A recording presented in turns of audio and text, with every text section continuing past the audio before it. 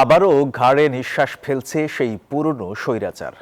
নির্বাচনের জন্য কেনা বডি ক্যামেরায় আবারও বেনজির নাফিসের প্রতিষ্ঠান স্মার্ট টেকনোলজিস, যারা আওয়ামী আমলেও পেয়েছে পুলিশের সব টেন্ডার বাদ ইউএনডিপি। নিউজ 24-এর অনুসন্ধান বলছে দুর্নীতি হয়েছে এবারের আমদানিতেও। এরই মধ্যে মাঠ পর্যায়ে ক্যামেরা পৌঁছে গেলেও তথ্য দিতে নারাজ পুলিশের টেলিকম বিভাগ।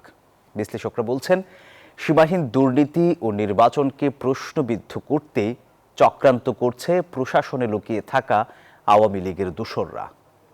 মাসুদ সুমনের অনুসন্ধানে বিস্তারিত, ক্যামেরায় ছিলেন নূরে আলম।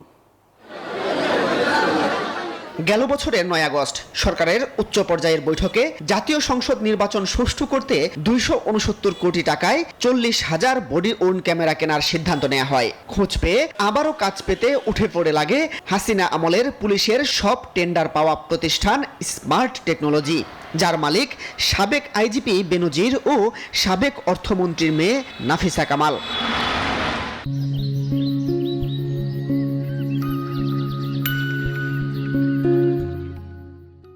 এর আগেও বেনজির নাফিসার প্রতিষ্ঠানের ক্যামেরা দুর্নীতি নিয়ে অনুসন্ধানী সংবাদ প্রচার করে নিউজ 24। নড়ে চড়ে বসে সরকার। ওই দিনই প্রজ্ঞাপন জারি হয়, ক্রয়ে স্বচ্ছতা আনতে সমস্ত কেনাকাটা হবে ইউএনডিপির মাধ্যমে। আর হয় কি টেন্ডার করে আনলে কোয়ালিটির ব্যাপার থাকে, তারপর আবার প্রাইসের ইস্যু আছে। ইউএনডিপি রেসপন্সিবল, ইউএনডিপি ওরা এনশিওর করবে গুড কোয়ালিটি ক্যামেরা এবং প্রাইস রেখে, তখন তো আর কন্ট্রোভার্সি থাকবে না। তবে কাজের গরু শুধু কাগজে কলমেই সীমাবদ্ধ, বাস্তবে তার কোনো অস্তিত্ব নেই। ইউএনডিপি আউট, এরই মধ্যে সোর্স মানির টাকায় অতি গোপনে সাবেক আইজিপি বেনজির ও অর্থমন্ত্রীর কন্যার প্রতিষ্ঠান স্মার্ট টেকনোলজি থেকে চায়না ক্যামেরা ক্রয় করেছে পুলিশ বিভাগ।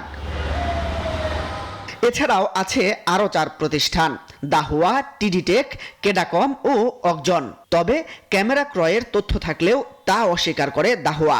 বাকিদের খোঁজ মেলেনি। আমরা তো direct we are not suppose to directly sell anything. আমাদের বাংলাদেশে এটা আমরা সেল করার ইতিহাস নাই। So there was some people who were participating, some companies were participating, and we were the manufacturers, to be honest. আমরা বানায় বিক্রি করি কারো কাছে। কেনাকাটার আদ্যপান্ত জানতে বারবার পুলিশ হেডকোয়ার্টারে যোগাযোগ করা হলেও তারা এর বিস্তারিত জানাতে নারাজ।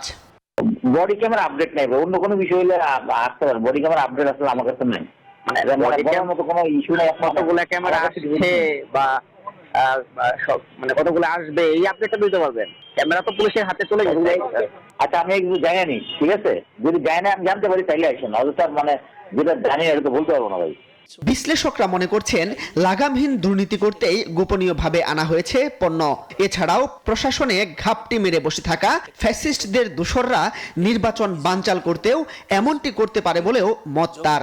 এই জিনিসটা অনেকেই বুঝতে পারতেছে, যদি এই বডি ক্যামটা যদি থাকে তাহলে সে প্রপারলি তার যে একটা নেগেটিভ একটা ইন্টেনশন আছে সেটা সেখানে অ্যাপ্লাই করতে পারবে না। সো এই জায়গা থেকে এখানে দেখবেন অনেকেই অনেক নিম্নমানের ক্যামেরা কিনে নিয়ে আসবে। কারণ কি, যাতে ওই ক্যামেরাটা প্রপারলি ফাংশন না করতে পারে। কারণ প্রপারলি ফাংশন করলেই তো যদি কোনো মিসম্যানেজমেন্ট থাকে, ক্রাইম থাকে, ডিসঅর্ডার থাকে, সেগুলো ভেসে আসবে। এমন লুকোচুরি করে কেনা পণ্যের মান নিয়েও প্রশ্ন তুলেন এই বিশ্লেষক। ক্যামেরাগুলো যাতে প্রপারলি ফাংশন না করতে পারে। মাসুদ সুমন, নিউজ 24, ঢাকা।